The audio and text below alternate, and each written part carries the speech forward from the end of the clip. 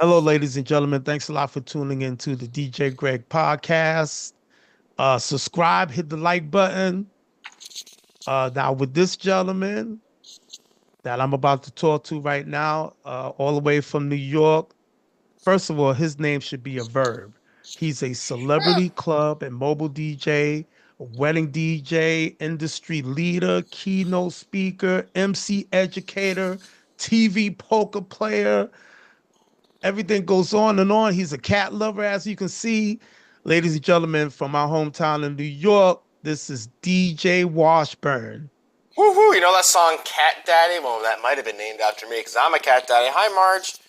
Yeah, she knows when I'm on Zoom. I got 3 cats, 2 dogs, and she just happened to jump up on my lap here because she knew I was doing work. So anyhow, say hi to Marge. Marge, thank Hey, you for your Marge, how love you doing? and support. She loves it.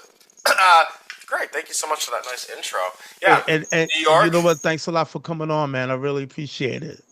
Always great talking shop, and I love supporting our DJ community and other passionate people that are passionate about DJing, life, business, just gratitude in general. So, love That's being here. awesome, man. Greg, you've been a great supporter of me through social media and throughout the DJ show. So, my pleasure to be here. And you're from New York, so I live in Ithaca, New York, not New York City, but I know you're a fellow New Yorker. Well, not a New Yorker at heart, right? I know New York at heart, baby. That's how we do it, no matter Solid. where you from. But anyway, man, how did you get started with DJing? Wow, the $1 million question. How did you get started with DJ? Okay, so to preface that, my mom was a music teacher, and I grew up essentially birthed into the world of music. Grew up in Plattsburgh, New York, and because she was a music teacher, choir director at church and whatnot, I was always in the choir. I was in the band, orchestra, you name it. I took piano lessons and then played trumpet through high school. So that part of music was always a big part of my life. And then the other part of me too always loved entertaining people. So whether it was making the warm-up music for our basketball games in high school or playing music at college parties, that element of wanting to entertain, inspire, and impact people was always part of me, something that fueled me.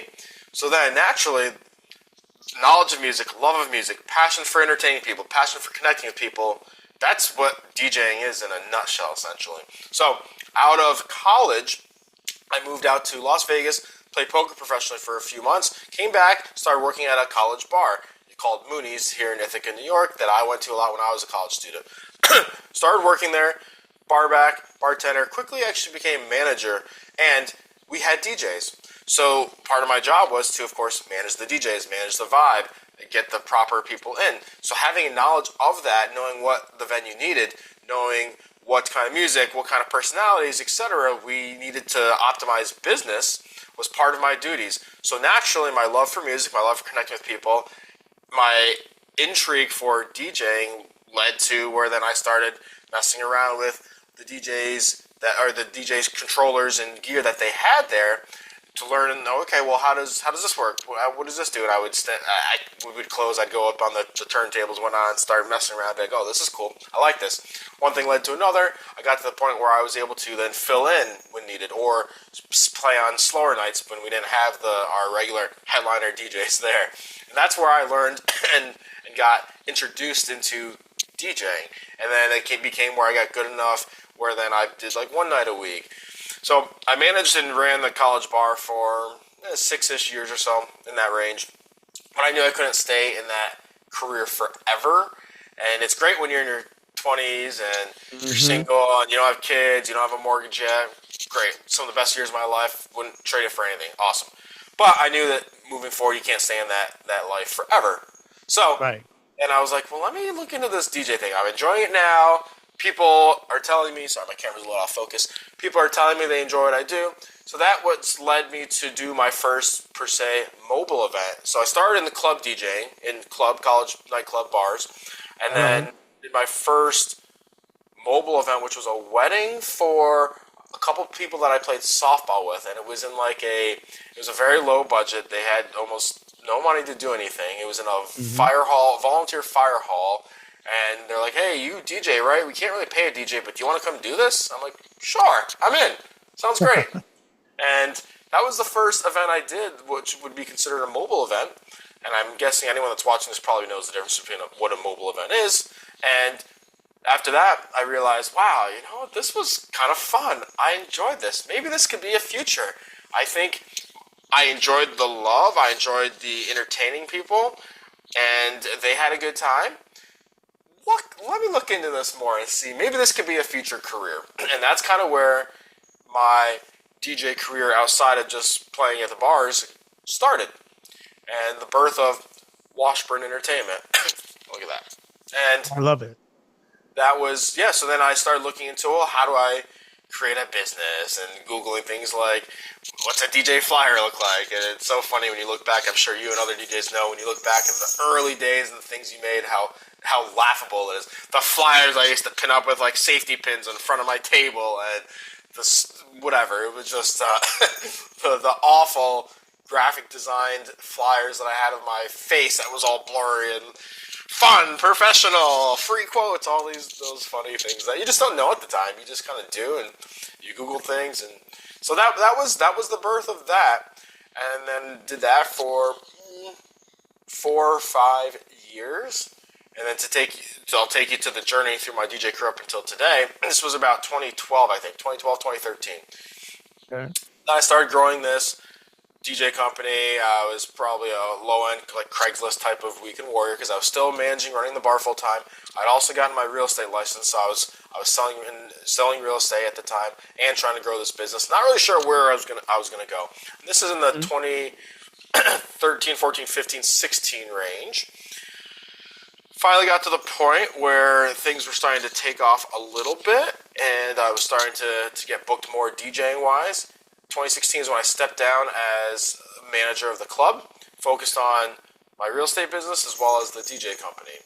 Now, the big game changer is probably the big turning point here, because they were both going pretty well, and they actually complement each other very well. I know there are other DJ real estate agent combo people out there, because the skill set to do well in both is very similar. It's all about connecting with people, and I remember the conversations I had like with a new client. The first 10, 15 minutes with a real estate client or DJ client would be the same. It's all about developing that trust, the connection, hearing what their goals, what their visions are, and then you talk about the specifics, whether it's, let me help you find a house, let me help you plan your wedding. Same thing in the beginning. So the foundations of them are very similar, same skill set, human connection.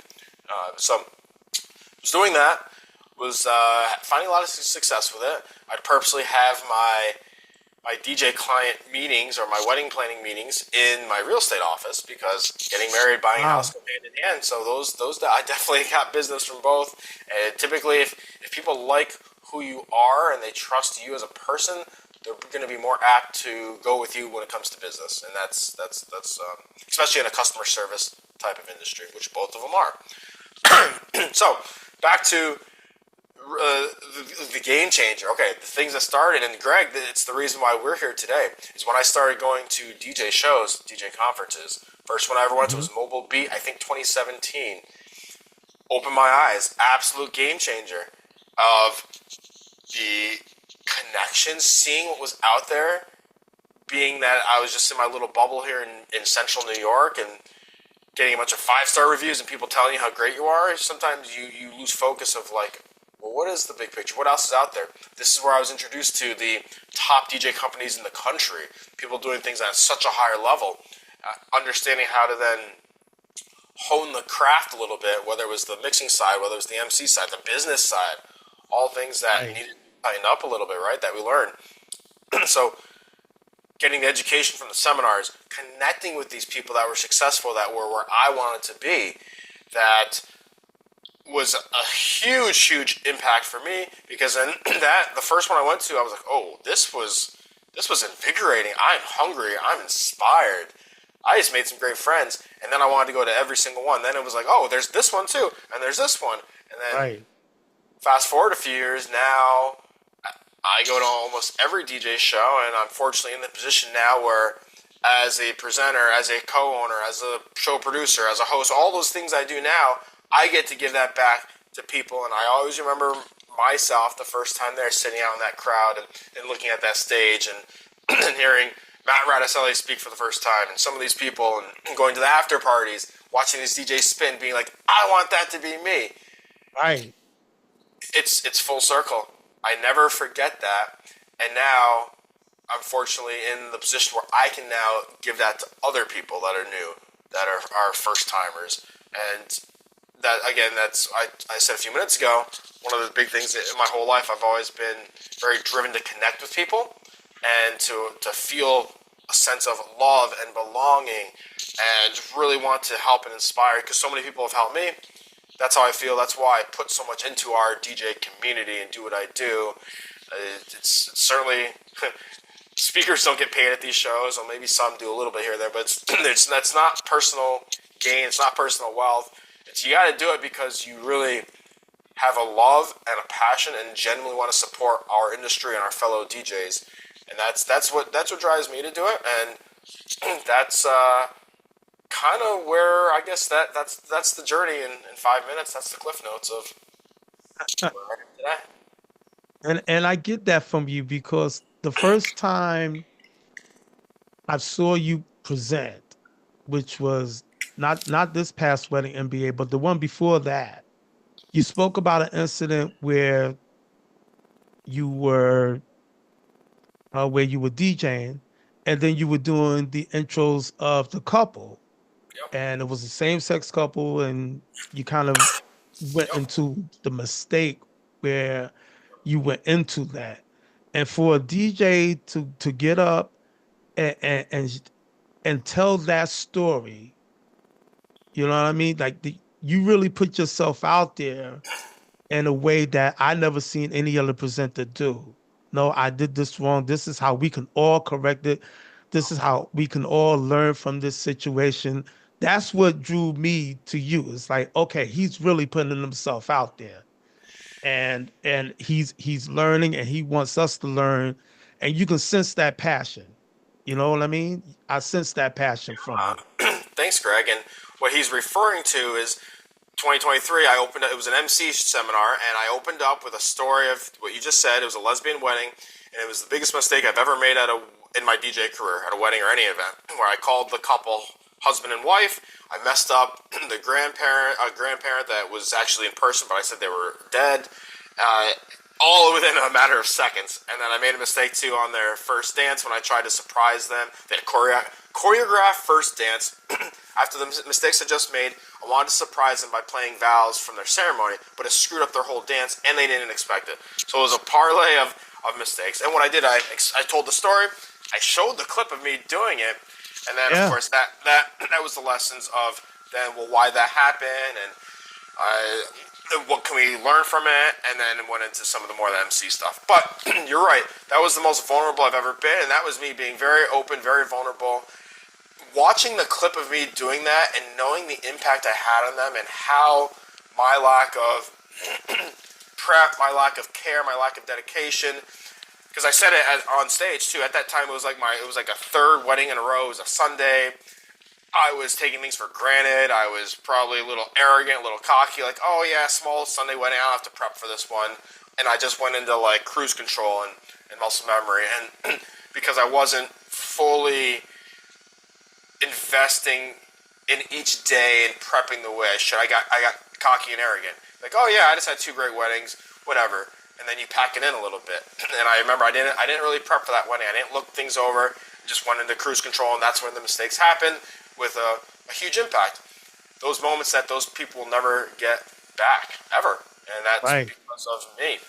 Hey, you're not alone in that either. I mean, I mean, there's been times where I messed up, call people by the wrong name. Yeah. And, play the wrong version of a slow dance. I know I've done that. And yeah. You just, all right, you got to eat it up. All right. I made the mistake. But then also, when you go home, you do your homework for the next one and make that one, you continue to get better and better as you do these events, because there's so much, rather than just having the DJ play the music, you're MCing, and that MCing part, because you're the guy with the microphone, there's a skill set in honing those mic skills also that a lot of people don't know and maybe take for granted. Big time, and that is where the real human connection comes from. Yes, you can take people through a journey, you can show them a good time, you can make them sweaty on a sick dance set, but the true human connection, you want to really talk from the heart, you want to be vulnerable, you want to be open, you want to talk with love, it comes from our voices, right? When we go on a first date or we talk to people, we're not playing music for them, we're talking to them. It's the same thing at a wedding, especially when it's all about emotions. Scientific fact, every human memory is tied to an emotion. So if you want something to be more memorable, like most wedding couples, I've never heard a wedding couple say, no, we don't really want this to be memorable. We don't want people to remember this. Right. It's about enhancing those emotions or bringing them out. And there's no better way to do that than with speaking from our hearts, using our voices, and purposeful and intentful, of course, right? So, yes, that whole incident was... you said that you've made mistakes too. Absolutely. And when I told that mistake, so many people afterwards came up to me like, thank you for being open and vulnerable. And they tell me the story. This is what I did. This is what I messed up. So I know we're all in it together. We all make mistakes. We're all going to make mistakes. But it's how we respond, how we react to that, whether it's DJing, whether it's life in general. How do we learn? How do we respond to that? And how do we move forward where the mistake is helpful? Because then you've went through it, you react, and hopefully that's the difference between really successful people and average people is they've all made mistakes, but it's the ones that have learned from it and learned how to use that almost as a positive weapon moving forward because you're better prepared. And that's exactly my point and my goal of sharing that story, what that was, and then letting people know that, yeah, they're not alone. This happens. Here's living proof of it, and here's why it happened. Hopefully, if you understand why this happened, it won't happen to you. And then figuring out, well, what do we need? What can we learn from that? And then, of course, then I went into other MC stuff. So, yeah, I believe that when it comes to my seminars, my presentations, I think so many in the DJ world, too. There's a lot of egos in the DJ world, right? We would agree. Oh, yeah. Lots of them. You know, and even when I started, and even now, like, there are times where I have to almost check myself, or I have to do like a humble check, a humility check. Are we being humble, Chris? And it's just something you kind of have to have within yourself. Or my wife, or like my really close teammates or friends, the ones that are honest with you can tell you, like, oh, that came off bad, Chris. Or that came off a little pretentious. Whatever it is, we have to check ourselves, and we have to be aware of that. I think that's important. I know early on in my career, especially when you're young, you're getting all the compliments, people love you, because as a DJ, right, people love us when it's going well. Love us, man. When we smash it, they love you. We just people keep throwing the compliments and the love and the support. So a lot of people, our heads are going to get big. We are going to think we're the shit, and that happens all the time. So I think it's very important to, yes, embrace and be grateful for that, and accept compliments. Well, another one of my cats. There you go. When someone pays you a compliment, don't come off as like I know, I'm awesome. No, like be genuinely grateful. Oh, thank you so much. That means a lot.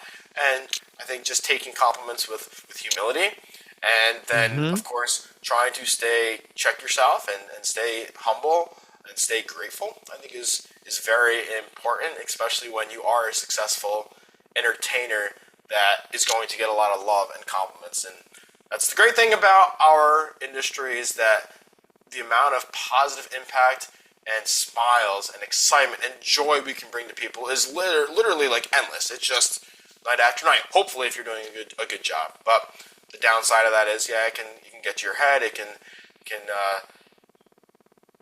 I don't know if poison's too strong of a word, but it can definitely taint your mindset and your feelings. And I've seen so many DJs, and we see it all the time. The ones that are just come off as very cocky, very arrogant, very condescending. So. Yeah, those are the ones I don't mess with. Yeah, and it doesn't necessarily mean they're always going to be like that. Sometimes they just need a little wake-up call and a little maturity and a few. Maybe it's that incident with the lesbian wedding was a wake-up call for me, where I thought I was the man. I'm crushing. I'm getting booked 2 or 3 times a week. I just raised my prices last year. I did this, and like people love me, and I was a little young and immature. And after that, then that opened my eyes to be like, oh man, why did that happen? What did I do? I felt so bad. I got a really bad review from one of the bride's fathers that I had to respond. It was the first time I've ever gotten a 1-star review with that. I'm like, oh my God, what's going on? I had to talk to them, apologize profusely. Luckily, they took it down, but that was a wake-up call. And so that moment then forced me to, then I was like, what can I do so this never happens again? And I want to elevate. That's when I started looking into other DJ conferences even more, because I started going to them, but then MC training classes. And I wanted to then elevate my game, and I just didn't know. I thought, and a lot of wedding DJs think, if you can just get on a microphone in front of 100, 200 guests and talk and say things, that you're a good MC. And that's not true at all, right? And Right. there's It's a a skill. very, very, very, very wide array of people that can really entertain, connect with people, and people that just do the minimum and can just say things. And unfortunately, 90+% probably of wedding MCs, DJs have never taken any MC trainings before. Some of them can barely even speak on the mic because of the embarrassment or whatever. Very few can even get out in front and stand in front of on the dance floor in front of a room and look at people and talk coherently, communicate well. And even very few less than that can actually really entertain and be someone that people are like, oh, I like this person. They know what they're doing. This is fun. Right. And not wasting our time and mumbling on about stuff we don't care about. So, point is that's when I started taking Mark Farrell, Marbecca workshop, absolute game changer in my life. Greg, you and I, before we started recording, we were talking about Bill Herman, because you live in Minnesota. Bill Herman has the entertainment experience. Another key person that understands MC stuff, human connection, storytelling. Marbecca, him, big inspirations in my life. Rob Ferre, fantastic DJ MC out of It's awesome. Utah. Love him. He's a really close friend of mine as well. One of my closest friends in the DJ world, but also one of the people that has inspired me and taught me a lot about entertaining, connecting with people. Mike Walter, Mike Walter. Early on, one of those workshops or one of those shows I went to, he had like an open workshop where it was come in and we will. You could talk and he'd give you feedback and whatnot. So he was early on for me, one of the first people that ever gave me critique and feedback. And then David Osborne, who has a program called The Blueprint, that he's got an online course. He does a master class, and I'm seeing with Rob Ferre. I have to give all those people shout outs, because they're the people that have helped carve me into who I am and inspire me, both with the knowledge, both with the training, and both with the inspiration for me to go find more information and do more studying, more research, and more practice on my own, to now the point where I am grateful. I'm blessed that I get to then help other DJs and train others. You said that you were at my wedding MBA seminars the last couple of years, where I talked about MCing. This past year, I did touch a little bit more on MC stuff, but I talked a little bit more about mixing as well. But point is, and then in a week actually, in Harvest of Sound, that DJ Boston, I am doing a MC seminar and a workshop of my own for some of the attendees as well, that we get to actually really practice and do some stuff. So, kind of full circle, where I got to give them credit, give them shout out, all those people I just named, and I guess it's an inspirational story. If you're watching out here, if you're a new DJ or anybody, you can, if it's something you want to do and you want to give back, you want to help out, there's probably an avenue to do so if you just stay passionate about it, stay authentic, stay true to yourself, and you can hopefully do what I did, or do something similar, whether it's a different category or you want to give back. There's opportunity. Right on. And speaking of, opportunities, you spoke about the MCing, to a great detail. Let's talk also about the mixing part, because that's what it was, for me. In the very beginning, it was like that for me, like your mixing style. I've been on your Instagram and I saw your mixing style, the word plays, which are absolutely clever, and the using of stems. Go into that kind of like art form. Who inspired you to like get into that art form of mixing? Sure. So what you, what you are talking about and alluding to are, I would say, next level advanced techniques, mixing techniques as a DJ. The creative word plays, the tone plays, the loops, the stems, doing things that are beyond just playing a song after song. So, as a DJ, right, and I said this at my wedding and bass seminar this year, the most important thing when it comes to a dance floor is the song selection, the music. You have to play the right music. That's the most important thing. That's like the food at the restaurant. If that's not good, you're not going to be sustainable. You're not going to be good. Doesn't matter how good of a mixer you are. If you're not playing the right music for this crowd, that's the main thing, right? So, foundation of the house is the song selection. Then, when it gets to mixing, what our DJs do is, how do we get from song to song? What's the journey we take them on? And as long as we're going to assume that your song selection is good to great, and you're playing the right music. Now, what are the next steps, next levels that would make you good or better and create more excitement, more value, make people want you more, desire you, that's going to set you apart from someone else that's playing the same music? Well, it's your transitions. It's the creativity of using the songs that you have and figuring out ways, okay, well, how do I enhance this and make it more, like a head turn, but in a good way? And that's using your transitions. Rather than just playing song after song, then the next level is probably being able to beat match, where you blend a song in and it's seamless. Great. That's like the 101 level of mixing. And then the next level is what you talked about, wordplays. Doing things where a wordplay is where you take a song and you use the words from the same song and you bring in the same words in the next song and you do it in a creative way. And there are certain ways you can do that. You can do it with cue points where you just repeat a song or repeat a certain word, boom, boom, boom, wait for that word to come in and then just switch it over. You can do it with loops. You can do it with stems where you take the a cappella version or you take the instrumentals out. You start doing mixes where you can mash up, take the vocals from one, bring in the instrumental the other, then you swap them using stems, so then you bring the full song in. There's lots of ways you can do that, and what that does now is then creates extra excitement. It's taking let's say you're making a cake, and the taste is the most important thing, and the cake batter. Well, now everything else you're throwing on top is the icing. It's the presentation. It's making it look better. It's adding that extra tier. It's making it look more presentable versus just the cake. If the cake batter is still the same, it's still going to taste good, right? That's the important part. But now you just add the extra stuff, and then that sets you apart.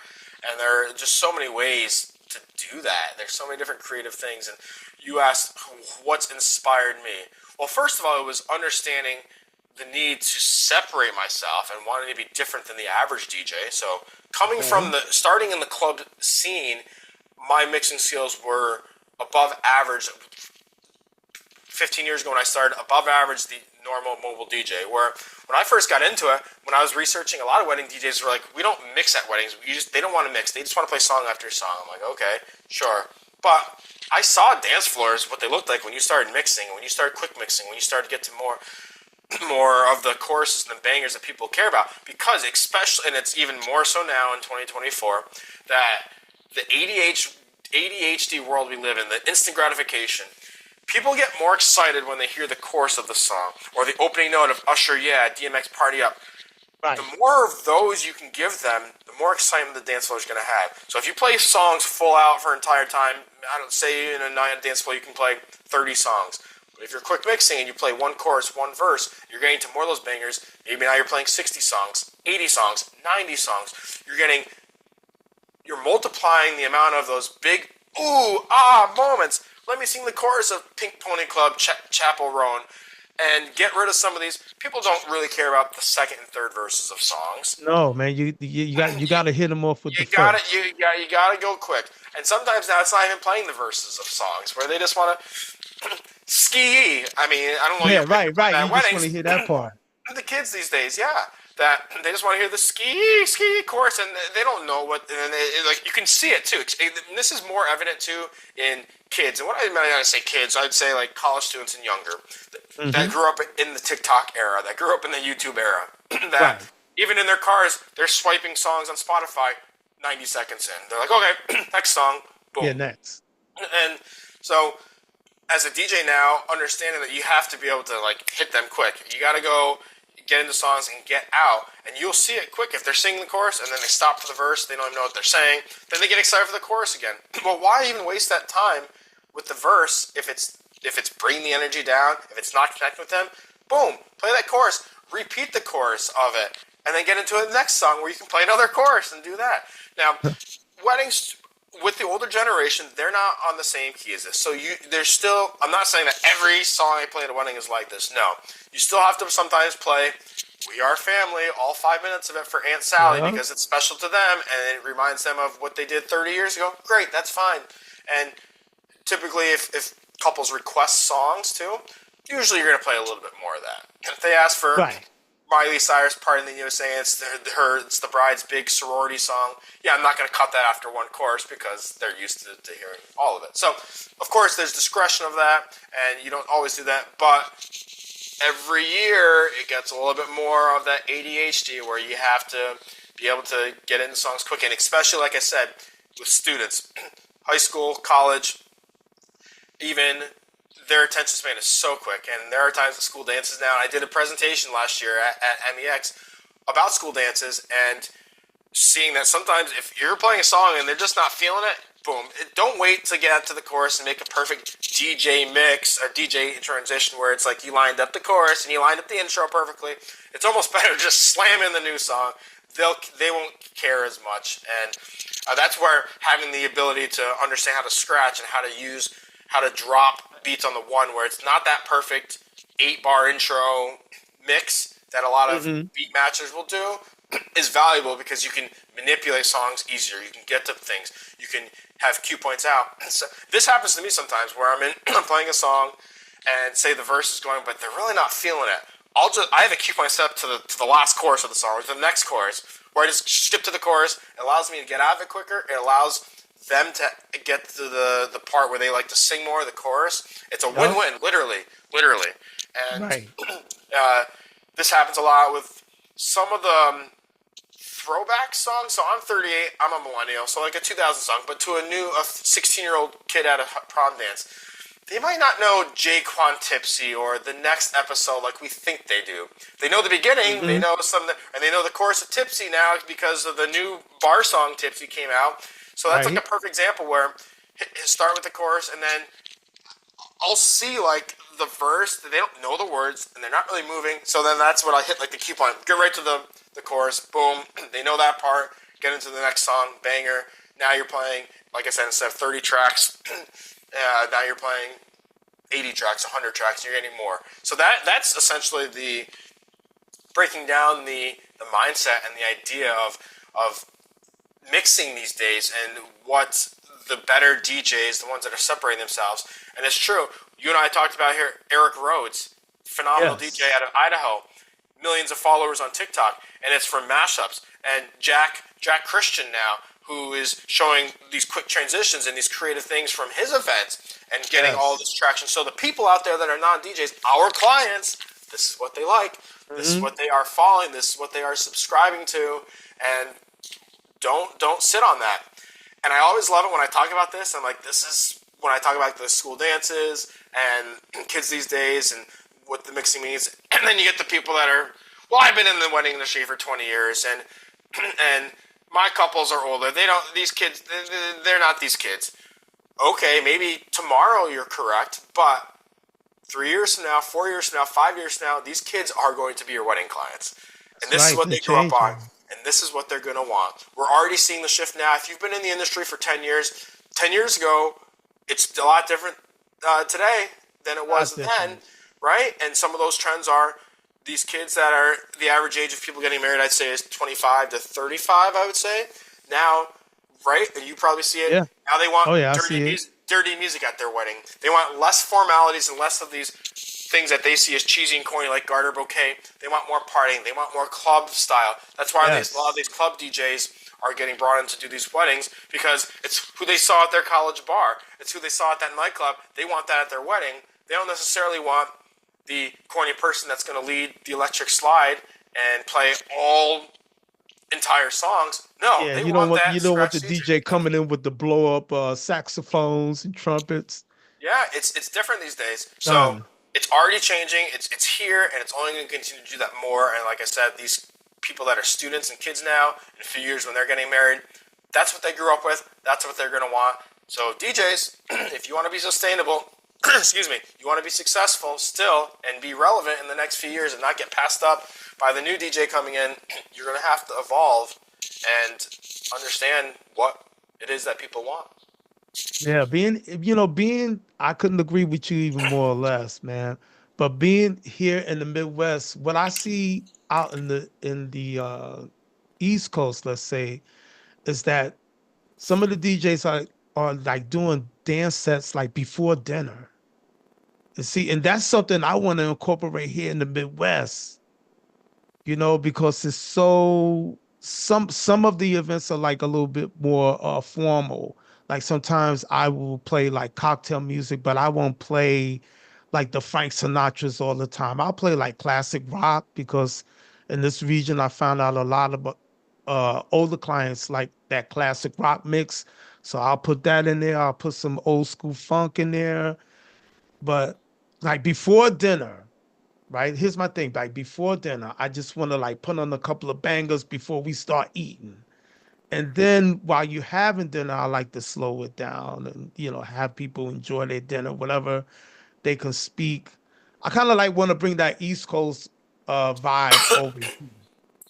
It's a great And point, Greg, and I have a couple a couple things to add to that. And it's I don't even think it's just an East Coast thing. It's everywhere. It's a lot of places that do it, and all these trends that are like demographic or this coast or that coast. mhm. It's starting to all blend in because people see this on Pinterest. They see it on TikTok. They see it on Etsy. Wherever they look, they see all these trends and things like, oh, let's bring all of our wedding partying together. Let's do the picture game during dinner. Let's have an opening dance set beforehand. Let's Right. have the father give the daughter away to if it's a male-female wedding, have a giveaway to the groom. There's all these trends that they see that now it can Mhm. be, so it can be done anywhere. Getting back to, so you said you were talking about, so 2 points on that. So the East Coast, the West Coast thing. What were you just talking about? What was the point you said? I got off Yeah, I track. was talking about maybe like doing a dance set like before Oh, dinner, the like a dinner quick thing. 15-minute, 20-minute. I saw Jason Jan and Yes, I do something like that. It's like, when I yeah. saw that, I'm like, yo, I want to do that. Yes, and Jason Gianni and his team at SCE, fantastic. And in New Jersey, again, they were a big inspiration for me. To answer your question earlier, when you were talking about like some of the creative transitions, Nick Spinelli, who's one of the DJs for the SCE group under Jason Gianni, is Yeah, one of the industry leaders with that. He's inspired me a lot. I've learned some from him. Nick is Some of the awesome. ones he's done, I've used and I've emulated and tried to do, and then he's inspired me to learn some others as well. He's one of the best at that. Fantastic, one of the top, definitely in the world at coming up with wordplays and creative transitions. So much love, much respect to Nick. I owe a lot to him, as many other DJs do as well. So getting back to your point of talking about DJing, mixing either before dinner, during dinner, or having like a dance set. That all comes down to one of my favorite quotes is, you only get one chance at a first impression. And oftentimes at a wedding with your music before dinner, excuse me, that is your first impression when they start to hear, what is your music that you're playing at cocktail? Yes, it's not the focus, the center point, because the cocktail hour, your background music, or like say during Hmm. dinner, but there's a lot you can do here at this moment that is going to, rather than just putting on the slow jazz playlist of the Frank Sinatra. Yeah, there's times that you want to use that and you still have that, but it's definitely valuable to do a little mixing, even if it's not a dance set necessarily, like they do on the East Coast sometimes. Yeah. But having that ability, and I always tell couples this too, and I tell their DJs too, when it comes to music, and a lot of times the couples, when they're interviewing me, they'll be like, well, how do you choose what music to play during the dance floor? And I say, hey, are you a football fan, or do you know football? Everyone knows football, or they're a fan. And I say, okay, every week in the NFL, the team they have a week to scheme and plan for their Sunday game or whatever day it is. And they go in and they know their first 10, 15 plays, whatever it is, that first drive, where they know what they're going to run. And a lot of it is to get the recon, to get the data, and to see, okay, we're going to do running plays here, and let's see how our offensive line fares against the defensive line. Are we pushing them back? Are we getting separations? Are the holes big? Boom. When we Hmm. do passing plays, are our receivers getting a lot of spacing? Are they burning them? Are they getting open? You get that data, and then it's like, okay, well, if our receivers are beating the secondary, we're going to start passing more. If our line is moving the defensive line, our run game's going to work. And that's how you scheme the rest of the game. Same thing with music. That you probe them. You throw out maybe some classic rock, maybe you throw out some disco or funk, you throw out some 90s boy bands, some today's pop, and you see how they respond to that. So it's very important. Are people like nodding and dancing? Are they tapping their leg? Are they singing along at the table? Are they looking at you, the DJ, and when you drop that Backstreet Boys song, you're like, yeah, right? You get all that data back, and then you know, well, if they like that Backstreet Boys song, they're probably going to like Bye Bye Bye later. They're probably going to like Spice Girls. They're probably going to like Britney Spears. Then we'll go from there. And you get that data, and you see that, and then and the opportunity during cocktail, during dinner, mixing during dinner also allows you to get that, and then you see, and it preps them for later. Because then now they're grooving at their table. You're not playing slow music that wants to put them to sleep. They just sat through a ceremony, then they had cocktail, then they ate. Naturally, they're going to want to go to sleep. So don't let them do that. No. Do something that's going to make them nod their head, that's going to make them bop a little bit, tap their feet, and that gets them prepped and ready to go. And it makes you look good. It's that first impression. They're like, oh, this DJ is bringing it now. I can't wait what's going to come later. And that way it's not such a drastic switch where you're going from playing instrumentals or jazz and people are like, ugh. And all of a sudden you're like, all right, cha-cha slide. Let's go, everybody. Come out to the dance floor. And then it's just such an abrupt thing. If you can build it organically, I've always found building dance floors organically is always better because it's natural versus well, everybody, dance floor's open. Here comes your favorite line dance. You better get out here. And if you can do it organically and it just flows and you build the energy and you because you did your reconnaissance, you saw that people were grooving to that. Now you're playing something that's going to continually to up the energy a little bit, and then you can kind of see, oh, yep, those people came out on the dance floor. You didn't even have to ask them. They did it on their own because you prepped them. You've had 30 minutes, 45 minutes to get them in the zone. That those are always, because that's organic, that's natural. It's not forced. It's not awkward. So yeah, right, and they're ready for you. Yeah. You know, when you make that transition, they're ready for you. Like they want to know, okay, what's he gonna play next to get us out on the dance floor? Now you got their attention. It's true. You know, do you find that in your career, because you know there's different stages of the day, especially when you're doing a wedding, you know, the ceremony, the cocktail, the dinner, the dance, do you find yourself receiving many compliments before you get to the dance? Like somebody will walk up to you and say, man, you know, you're doing a great job. We didn't even get to the dance yet. Sure. Short answer is yes, Greg. And I've actually talked about this in my seminars. And this is a great way for DJs to, a way to measure how well they are actually doing. Because let's be honest, the 5-star review doesn't really say much these days. As long as you don't screw up their wedding and they have a decent time, you can be a decent DJ and you're going to get a 5-star review. Especially when the reviews come in and they say, oh, that person was so much fun. We danced all night. We had a great time. Highly recommend. Cool. Doesn't really say too much, though, because they've never experienced what the next level DJ is. They've maybe seen bad ones, but as long as you're decent, okay, great. So being able to get reviews that are a little bit more detailed, that say a little bit more than just that typical we had fun and danced all night, those mean a little bit more. But one of the things you can do that you can't lie to yourself as a wedding DJ. Are you getting people, what you talked about, coming up and giving you compliments or asking for your business card before the dance and evening starts? That is a huge key, and you can't lie to other people, to yourself. It's either happening or it isn't. And if it's not happening on a consistent basis, if it's not happening, there is definitely room for you to improve on. And there's room for everyone to improve on.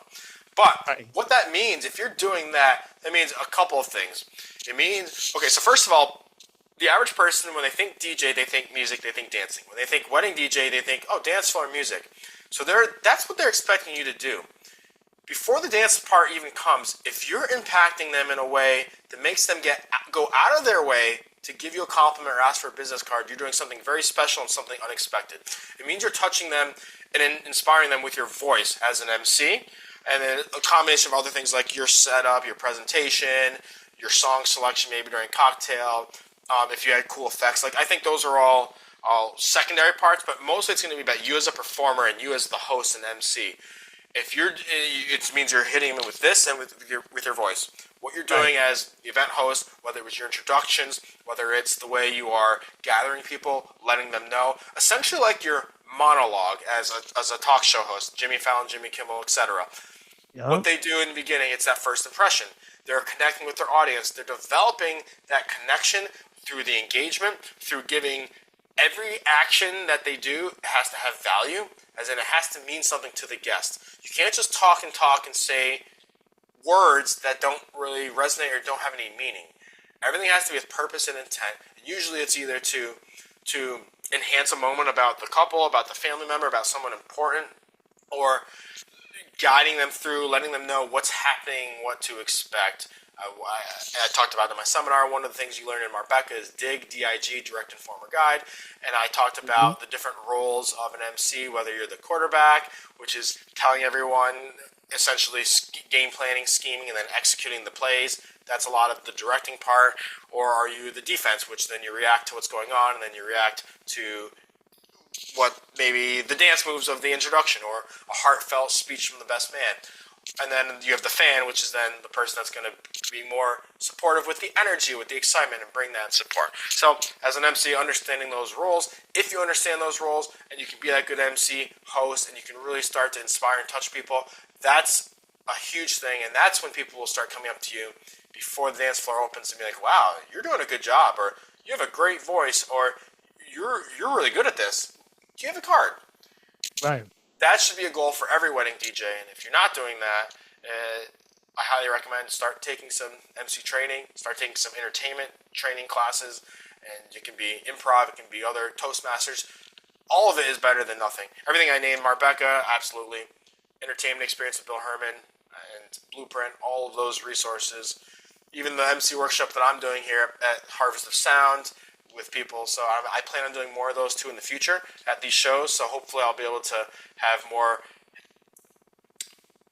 workshops where it's repetition, where you have a couple hours together or you have a few hours where you can actually do. It's so limited if I go up on stage and I speak for 45 minutes or an hour on stage. Yes, I can give some valuable tidbits and information and hopefully some things that are inspiring, but it's not the same as being in a classroom or being there where you've got 5 to 10 people and you actually get up and do it, and you get critique, and you get in real time, and then you can learn from each other. That's what, like, the workshops I went to. That's what it is. You just got to do it and then work through those things. And it's not just about, let me just sit like a student and listen to 8 hours of seminar and take notes. No, you gotta do it. So hey, you gotta partake in it, because you gotta be able to get to not only take the critique, but you gotta be able to know, okay, where are you, and then how you can build from where you are. That's equally important. Now let's talk about the DJ Takeover, okay? sure. Because those parties are bumping, you know what I mean? And you got a whole bunch of DJs out there with you. You even had Michelle Winters, who I thought was like dynamite with that violin playing. Holy cow! And her energy is just like off the charts. So good. So good. I was like, man, what is this? If you're gonna play with Chris Washburn on stage, what do you have to have? What's your criteria? What are you looking for? Number one is passion. Love that. And DJ Takeover, so what that was is we've done it 3 years now at the Wedding MBA, and it's now the official party for the convention that we did at the Hard Rock Cafe, where we feature 6 hours. This year we had a speaker meet and greet, so the first hour was like a cocktail hour with live musicians. Then we had 5 hours of mini DJ sets. We had 17 DJs. Everyone performed either a 15 or 20-minute set. You mentioned Michelle Winters. She's a violinist. She played along with me. So part of my set, I DJ'd for a little bit, and then she came on and played along to a DJ backing track where she just, again, absolutely amazing. Live musicians. I love the live musicians. The DJ live musician fusion is already here. It's only going to continue to grow in the future. Anytime I get to perform with a musician or a drummer, absolutely love it. People love it. Energy, amazing. Best of both worlds. So, awesome.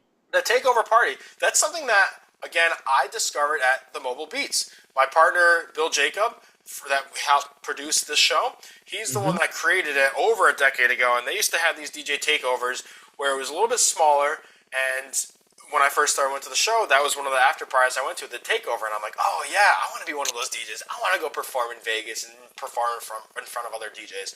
So that was his idea, and that was birthed and that was cultivated over a number of years, over a different number of DJ shows, and I saw the impact it had, because what it does is when you have that many DJs, it's not like we're bringing in headliner DJ, this DJ that no one knows. It's you, it's me, Greg, it's our peers, it's the people we're sitting next to in the seminars, it's the mobile DJ community, your friend, my friend. It's those ones that we care a lot more about, not just some, let's bring in some Vegas headliner that no one knows that just shows up for their set. No, it's the person that you have the relationship with, you have the bond, and us in our community, we're more apt to support our friends and be there. So it adds that element. There's more support, there's more camaraderie, there's more connection in the community, and then it elevates the people that are chosen to play. They're more invested because they're part of the show.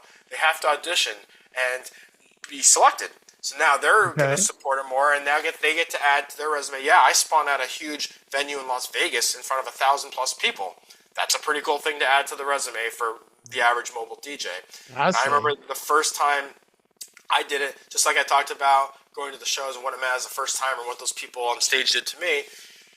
The first time I got to spin out one of these shows, Bill Jacobs was gracious enough to give me the opportunity, and I'll never forget how much that meant to me and how amazing that was and what it did for just my branding, all of that. And again, now I get to give that back to other people. And love that. And I love seeing the posts from the DJs that were part of it that are like, they're promoting it and they talk about it afterwards. And that is one of the best parts of being part of this community for me. That joy, that authentic gratification and opportunities to other people, like, that fuels me. That makes me feel better and drives me to want to do more for the community and others. So that is the overall kind of how I feel about these shows. Yeah, every year we've just added a few elements like the live musicians and the Toadmatics this year, where we could run the S-Star, where people could send pictures up to the Toad booths and on TV. Yeah, that was cool. Yeah, just more, anything we do to add more connection and interaction is, I think, important, because it just makes it more exciting. It makes it different. It sets it apart from other shows or other just, let me watch a DJ on stage. And we do it, we structure it in a way that the parameters, I said that DJs have to audition. Yeah, some of the DJs we select, because we already know that they're going to be solid, and then some have to audition. And we have open auditions to people. And what we look for, especially with the Wedding MBA one, is that because most of the attendees are non-DJs, that's the great thing about the Wedding MBA, because it's all the vendors, photographers, florists, planners. It's mostly female planners that go to that show. And that makes up the majority of the people in the audience, which is awesome, because as a DJ, we know that DJing for probably 25 to 35-year-old women is probably the best. Is probably the best, right? And especially ones that are in the industry that love to party but don't really get to go out often because they're working. So now they're in a safe space. They can let loose. They're with their peers. They're not being judged by other vendors. They're not being judged by clients. They're there to party and have a good time, and it's just such positive vibes. So with that said, now it's our job, Bill and I, as the producers of the show, to make sure that we get DJs that are going to appeal to them and play the right music. As in, it's got to be party music. It's got to be stuff that appeals to that exact demographic, what I just named, and that dance party. It's not like other DJ shows or other DJ competitions where it's showing off and it's doing DJ tricks and doing things that, like beat juggling and certain scratch routines that, yes, as DJs, we're like, oh, that's cool, let's watch that. But it's not good for a dance floor, and it's not good for non-DJs. So we tell them, we give them strict guidelines, hey, you got to keep this party rocking. You got to make sure that that group of women out there are dancing. And don't do the stupid beat juggle thing that only 3% of the people there are going to like actually appreciate and know what you're doing.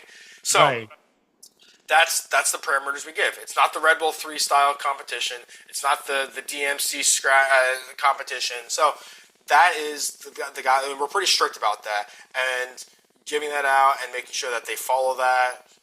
And most people get that, and we're just that's why we put the mobile DJs there, that a lot of the ones you saw. And they're all just such vibrant, fun personalities. Yeah. if I could have shared, well, I can share, but the message group we have with all the performers, it was the most supportive, humble, almost no egos, and love for each other. Like everyone was, and then like the night of, every time someone came off stage, hugs, like genuine compliments, and everyone I killed saw it. that too. Everyone did a really good job, yeah. And even in the conversations before and after the show, there was just so much support, and that's what it's all about. And it wasn't a competition. Oh, I'm going to be better than you, and I can do this better. No, everyone just supported each other. That's what I think the mobile DJ community should be. Most of it is like that. Yeah, you have some rough patches and people that don't play well with others, but we got lucky this year. We picked a really good group of It's a really good people, lineup. men and women that were skilled, that were passionate. You saw their smiles, their dancing on stage, their wardrobe choices. Like every single box was checked, right? And then as the attendees, as the guests, they see that, they feed off of that. They see the passion.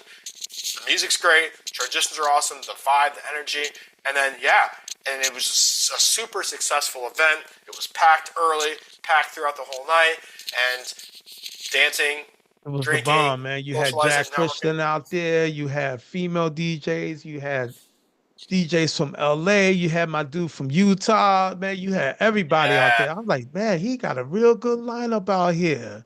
we And love then you that. came out with the gold suit. You was like chilling. You came there with the microphone. I'm like, what's orange suits and everything? And you gave me the link. Thanks, by the way, man. That's just the outer personality of Chris Washburn. It's that vibrant. Thank you, Greg. And I am very proud to say that is me. That's me being 100% authentic in myself. And Yeah, I see the that. last few years, I've really, I guess, come into that more and really Hmm. embrace just who I am, who I want to be, and whether it's the shiny suit, whether it's the vibrance, like that's who I am. And Right I, on. I think as any performer, any entertainer, it's about finding yourself and embracing that and be who you are and Hmm. find what sets you apart or what makes you who you are, and that's part of who I am. And I hope Right that on. other people, when they see that, they're inspired to do the same. Not necessarily wear a gold suit like I did, but to be who they are and embrace it and find that inner voice, inner calling. So, like, what's next for you? Like, what does your next, 5, 10 years look like? It's a great question, Greg. I've always been a doer and always asking myself that question, like, what is it that I want to do next? Because I do need Hmm. that. I grew up an athlete, so I've always played sports at a competitive level. Played through college, played baseball, still play competitive adult softball when I can. Obviously, I'm a big poker player, so I love that. Yep. The point You. I'm making is the competition. That need for competition is something that is just always in me, is always will be with me. And whether it's competing against other people in a game or a match, or competing with myself to do better, or find another venture to do, that's there. So that drives me. So yes, I'm always asking myself, like, all right, what is next? Right now, I've got my hand in a lot of different areas. I've got my Hmm. DJ company, of course, that we do this, and I, I still have my real estate license, but I don't do too much of that. I pretty much just send referrals or just for personal investments. And Mhm. Are then you I've got 100% in the DJing? That's it. You're taking 100% deep dive into the DJ world. Is that where you are? no. I can't say 100%. No. I mean, Okay. it's the majority. If I had to list like what's my top professional career, DJ. Yeah, I'd say that's who I am. But I also just started a nightclub and then a separate restaurant here in Ithaca. So that is taking, and then because I started in the nightclb bar, college bar Yeah, the bar business. restaurant So I had a business. really good, I had a good opportunity with my partner, the person that was the owner of the spot, that Mooney spot I was talking about before. We are now partners in a new venture, new nightclub here in Ithaca that is absolutely crushing right now, doing very, very well the last few months. Nice. And then I've had this other smaller restaurant tavern that is with other partners that's going. So there's that. And then I've got my poker career too, where if you look me up, or if you follow any of that, you know that I play on a lot of different poker TV shows, and I've gotten a lot of followers and fans and clout, and a lot of doors that have been opened because of that, because I am playing with celebrities. I am playing on shows that get millions of views, and I mean, this is a show for the DJs, and just to put in perspective, way more poker people know me than DJs, which is a crazy thing. My relationships with DJs are way, way better. Like, I have genuine connections and relationships, and a lot of my poker followers are just fans, followers. I don't have relationships like I do here in DJ, not as many at least. But yeah, if I walk in any poker room around the country, most people recognize me because I've played on all these shows, and they've just seen that. So there's that aspect too, which I say that again because of the fact that the value and the branding and the connections I have, where I get sponsorships from poker companies. I do get things that because I am liked and I do have value and I bring viewers to certain shows or products, that there's value there. So I can't ignore that, because that's something I've worked hard to get.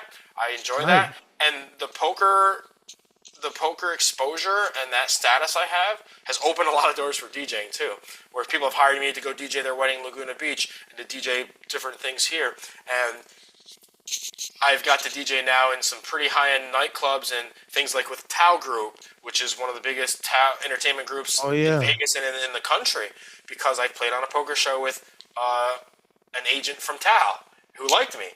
So there's so many. I could go on for a while to name this, but the point is, that part's a very important part of my life too, because I enjoy poker. I love that, and because I see that. Yeah, you blowing up. The business opportunities that are associated with that, things like getting into Hollywood bars and Disney World, Disneyland, and just I think that's an important part of my life too. So I guess that was kind of a long answer with some tangents there. So where do I look for the next 5-10 years? Yeah. I love DJing. I've tried to pull back a little bit on how many weddings I do a year. And I think comfortable for me, I'd probably want to do like maybe 20, 25, and free up weekends. One thing I love doing is DJing Comic-Cons. I'm a big nerd, as you can see from all my stuff here. That is one of my most favorite things. You got the Iron Man mask, you got the Iron Superman Man, you got a lightsaber there, Thanos' gauntlet, Superman, Thor's hammer. Love it. We got so I love this stuff. Look at that. Oh, it works. There we go. Snap. Everyone's gone. Yeah, the Thanos glove. I love doing DJing Comic-Cons, being part of those. If I could do that every weekend, I probably would. They don't pay well at all. Actually, they usually cost me money, and it is what it is. But I would love to do more of those. I would love to expand my keynote speaking career outside of the DJ world. I think I've spoken at every major DJ conference, almost every major DJ conference now. I think I've solidified myself now that I've got a pretty good track record and demand for that, so that's good. But I would love to expand that outside of the DJ world. I've got a couple ideas. I've done a couple things for like some real estate offices, but that is one thing I would love to do. And again, because that need to connect with people and to help them and inspire, I think is good, because a lot of the stuff that we use here in the DJ world can be applied to any business. Anything that has to do with human connection and sales and understanding. A lot of the topics we talked about today can be applied to any. So I would love to be able to start working with more corporate clients in that regard and do more of that. That would be ideal for me. I continue to do my poker stuff, and then maybe invest in other businesses and stuff, and ones that I like. Most people, I think, like investing in business. I like it too. Obviously, there's the profitable, the financial side of it, but I really do like being part of teams with other good people and giving them opportunities too. For example, like the nightclub that I just took over, I'm not there doing a lot of the day-to-day stuff. I pop in when I can, and I handle some of the major things, but like empowering a guy that used to work for us before, who was like kind of an assistant manager, he's like now our manager, giving him that opportunity. He's a little bit younger, but now he's going to get the shot, and he does a great job. And giving him that shot and giving other people as a head bartender, giving them those opportunities to where they can grow, and maybe one day they open their own bars, or maybe we go into the business with them. And think that's so. I just really enjoy developing others and helping others find the same success that I did, whether it's a management role, whether it's a leadership role, and helping giving them that opportunity. So Right yeah, on, man. that's where Yeah, we're at. I sense that passion in you. Hey, and before I let you go, you got to answer this question for me. What is the Chris Washburn meaning of success? Sure. If you had asked me this 15 years ago, it would be wildly different than now. Around the same Okay. time when I started going to those conferences, I started doing more seminars on training, actually just through my real estate career, on things like self-purpose, gratitude, joy, happiness. This complete vulnerability, being able to Mm-hmm. be, I used to be so closed off, I would have never got on stage and talked about vulnerability. I would have never let myself cry in front of anyone. I've never let Okay. myself be sad. That completely changed. Different person now. And that leads me to your question of what is success? What is success? It's not all right, so the main part I think is living a life where you are grateful and you have genuine joy, and that you're surrounded by people that not only make you feel good, but you know that you make them feel good as well. And you have genuine relationships where you can be vulnerable, you can be open, but you wake up every day with a genuine smile and you're grateful and you live with gratitude. You live with joy. And not saying that every day has to be peachy, yeah, everything's great. No, you're going to All have right. those moments, but overall, having just that mindset, having that feeling of gratitude is such a word that is so important. If you could see my computer, my laptop skin, right above my keyboard, I have a label printed thing that it says love, gratitude, purpose, and intent. And it's always a reminder for me when I look down that almost everything we do when it comes to other people and ourselves should be from a place of love, typically, and then Right. gratitude. Having that gratitude for everything you have. There's always going to be someone that's richer. There's always going to be someone better looking. There's always going to be someone that has more followers than you. Get over it. Unless you're Taylor Swift or The Rock, maybe not. But Right. Right. there's always going to be more. So you can't compare yourself to that. It's genuinely, am I waking up? Am I happy? Am I grateful for what I have? And finding that way, that takes a lot of training to do. In mindset training, in self-searching, in meditation, in getting fundamentals and different self-living, what's the word? Self-living processes or ways to that you then can have the self-awareness to encompass these feelings. And doing that, I think, is huge. That's changed. That again, that changed for me about a decade ago, and now that's my answer to success. Is are you genuinely happy and not being the fake person on social media? I think that's the success right there. And then yeah, that's where I want to end that question. I hear you, man, because I know it's a loaded question. And hey, look, a loaded question, you're gonna get a loaded answer. And it was so interesting when I spoke to Ralph Ray about that. And then he flipped it on me, and then I got choked up and didn't know how to answer that question myself. So there's that too.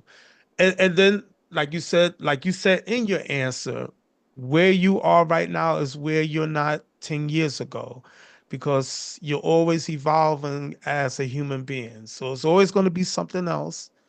And maybe you take away what was there 10 years ago. You take something away and add something new. And that's Million just life percent, in itself. million percent.